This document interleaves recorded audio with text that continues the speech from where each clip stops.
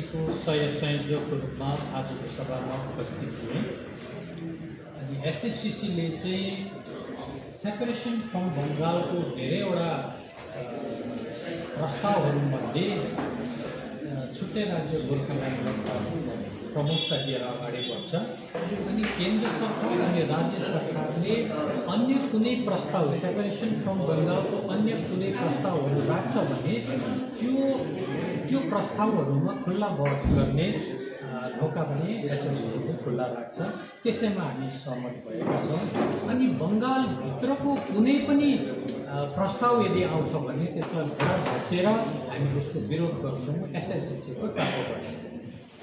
अब यो अहिले इन्टरलोकेटरको सन्दर्भमा चाहिँ जुन इन्टरलोकेटर नियुक्तिको जुन पत्र छ त्यसलाई सार्वजनिक नगरिएको अनि त्यो बिरालोले गुड लुकाएको जस्तो लुकाएको परिस्थितिको बारेमा चाहिँ एसएससीले एकदम यसमा आपत्ति जनाएको छ। शत्रुले बङ्गाल सरकारले पनि त्यो पत्र पुगेको छ, सांसदकोमा पनि पुगेको छ, बिजेपीका पनि पुगेको छ। तर यो पत्रले जसलाई असर पर्दैछ, जसको बारेमा निर्णय लिनुपर्नेछ, उहाँहरूले चाहिँ जान्न पाइरहेको छैनन्।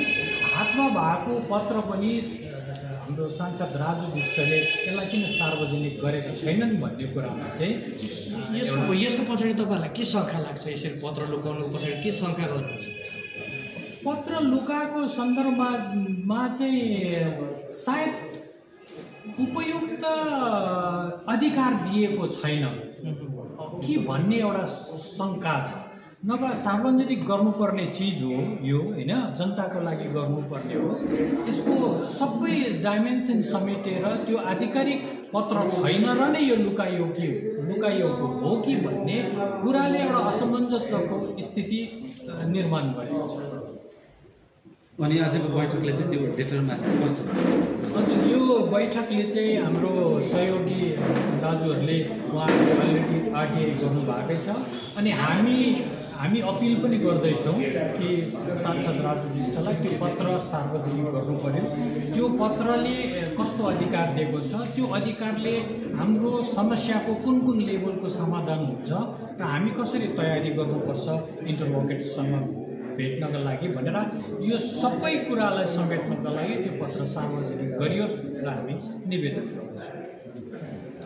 पोलिटिकल पार्टी एउटा स्टेक होल्डर रहन्छ मलाई सोध्छ। अनि तपाईँहरू जस्तो अर्गनाइजेसन पनि अभियसली एउटा स्टेक होल्डरको नाताबाट चाहिँ यो चिठी सार्वजनिक हुनुपर्छ भन्दै गर्नुभएको हो कि तपाईँको अर्गनाइजेसनको आधारमा मात्रै? वास्तवमा स्टेक होल्डर भन्नाले चाहिँ जो जनता यहाँनिर पीडित छन्, जसको मनमा गोर्खाल्यान्डको भावना छ, त्यो सबै हुनुपर्ने हो।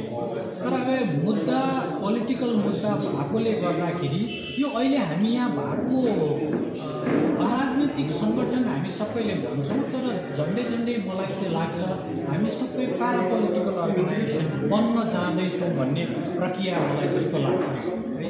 अनि यो अर्धराजनीतिक परिस्थितिको अर्गनाइजेसनहरू पनि हामी सबै यो मुद्दाको स्टेक होल्डरहरू हौँ। त्यस कारणले गर्दाखेरि अब